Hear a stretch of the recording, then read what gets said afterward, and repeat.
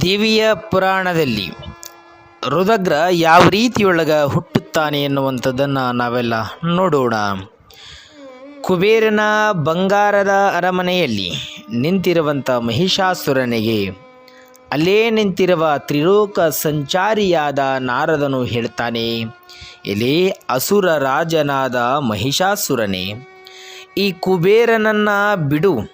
ಮೊದಲು ಭೂಲೋಕದ ಋಷಿ ಮುನಿಗಳಿಂದ ಯಜ್ಞ ಯಾಗಾದಿಗಳ ಹವಿಷ್ಯನ್ನು ಪಡೆಯುವ ಇಂದ್ರ, ವರುಣ, ಅಗ್ನಿ, ವಾಯು, ನಿರುತ ಇವರುಗಳನ್ನು ಮೊದಲಿಗೆ ಸೇವಕರನ್ನಾಗಿ ಮಾಡಿಕೊ. ಏಕೆಂದರೆ ಈ ಋಷಿ ಮುನಿಗಳಿಗೆ ಯಜ್ಞ ಯಾಗಾದಿಗಳನ್ನು ಮಾಡಲು ಪ್ರಚೋದಿಸುವವರೇ ಈ ದೇವಾನುದೇವತೆಗಳಾಗಿದ್ದಾರೆ.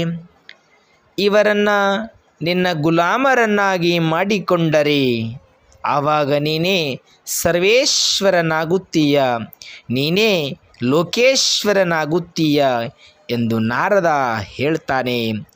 ಈ ಮಾತಿಗೆ ಭಲೆ ನಾರದ ಭಲೆ, ಜಾಣರಿದ್ದರೆ ನಿನ್ನಂಥವರು ಇರಬೇಕು ಪಕ್ಕದೊಳಗ ಎಂದು ಆತನ ಬೆನ್ನಿನ ಮೇಲೆ ತನ್ನ ಕೈಯನ್ನು ತೆಗೆದುಕೊಂಡು ಒಮ್ಮೆ ಜೋರಾಗಿ ಹೊಡಿತಾನೆ. ಇಲ್ಲಿ ಮಹಿಷಾಸುರ ಆವಾಗ ಅಂಜಿದಂಥವನಾದ ನಾರದ ನಾರಾಯಣ ನಾರಾಯಣ ಎಂದು ಮುಂದೆ ಸಾಗಿದ. ಆಗ ನಿನ್ನ ಮಾತಿನಂತೆ ಆಗಲಿ ನಡೆ ನಾರದ ಎಂದು ಮಹಿಷಾಸುರನು ದೇವಲೋಕದ ಕಡೆಗೆ ಹೋಗ್ತಾನೆ.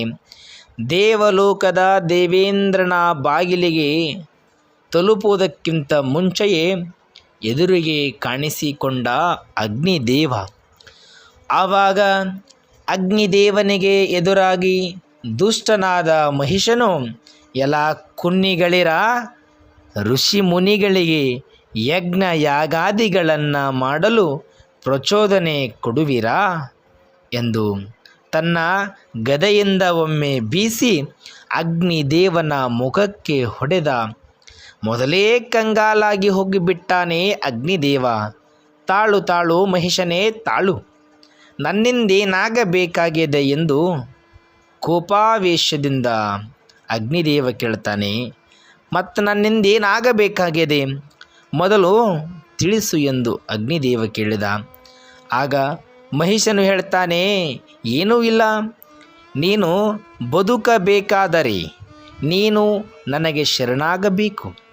ನಿನ್ನ ಶಕ್ತಿ ಎಲ್ಲವನ್ನ ನನ್ನ ಜೊತೆ ಕಳಿಸಿಕೊಡಬೇಕೆಂದಾಗ ದಿಕ್ಕು ತೋಚದ ಅಗ್ನಿದೇವನಿಗೆ ಮತ್ತೊಂದು ಮಾತು ನಾರದ ಹೇಳ್ತಾನೆ. ಎಷ್ಟು ಚಂದ ಹೇಳ್ತಾನೆ ನಾರದ ಅಗ್ನಿದೇವನಿಗೆ ಒಂದು ಉಪಾಯ.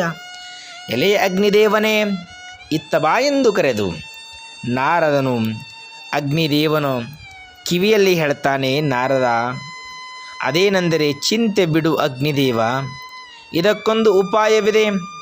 ಅದೇನೆಂದರೆ ನಿನ್ನ ಶಕ್ತಿಯ ಸ್ವಲ್ಪ ಭಾಗವನ್ನು ಒಂದು ರೂಪವನ್ನಾಗಿ ಮಾಡೋಣ, ಮಹಿಷನ ಜೊತೆ ಕಳಿಸಿಕೊಡೋಣ.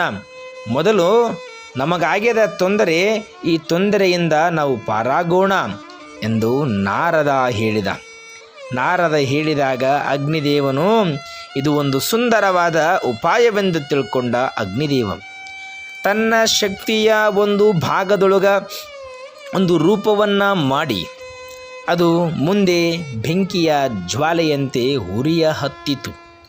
ಆವಾಗ ಆ ರೂಪವು ಬಹಳ ರುದ್ರವಾಗಿ ಕಾಣುತ್ತಿತ್ತು. ಆ ಶಕ್ತಿಗೆ ಏನೊಂದು ಹೆಸರು ಇಡೋಣ ಎಂದು ನಾರದ ಕೇಳಿದ. ನಾರದ ವಿಚಾರ ಮಾಡ್ತಾನೆ. ಆ ಶಕ್ತಿಗೆ ರುದ್ರ ಎಂದು ನಾರದ ಹೆಸರನ್ನು ಇಡುತ್ತಾನೆ. ಅಂದರೆ ಅಗ್ನಿದೇವನ ಅಂಶವೇ ಬೆಂಕಿಯು, ಈ ಬೆಂಕಿಯಿಂದ ಹುಟ್ಟಿದವನೇ, ಬೆಂಕಿಯಿಂದ ಹುಟ್ಟಿರುವುದು ಸಿಟ್ಟು, ಈ ಸಿಟ್ಟಿನ ರೂಪವೇ ರುದ್ರನು ಆಗಿದ್ದಾನೆ. ಅಂದರೆ ದೇವಿ ಪುರಾಣದಲ್ಲಿ ಸಿಟ್ಟಿನ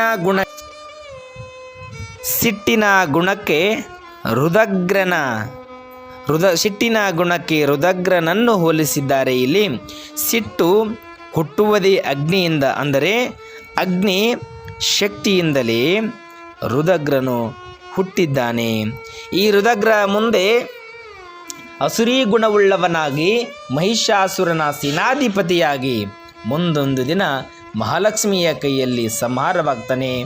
ಇಂತಹ ರುದಗ್ರ ಅಂದರೆ ಸಿಟ್ಟು ನಮ್ಮ ದೇಹದೊಳಗೂ ಕೂಡ ಇದ್ದಾನೆ. ಅಂತಹ ಸಿಟ್ಟನ್ನು ನಾವು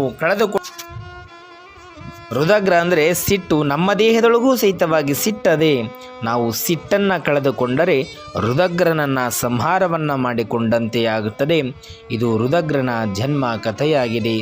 ರುದಗ್ರನು ದೇವಿ ಪುರಾಣದಲ್ಲಿ ಈ ರೀತಿಯೊಳಗೆ ಹುಟ್ಟುತ್ತಾನೆ ಎನ್ನುವಂಥದ್ದನ್ನು ಎಲ್ಲರಿಗೂ ತಿಳಿಸುತ್ತಾ ಎಲ್ಲರಿಗೂ ಶರಣಾರ್ಥಿಗಳು.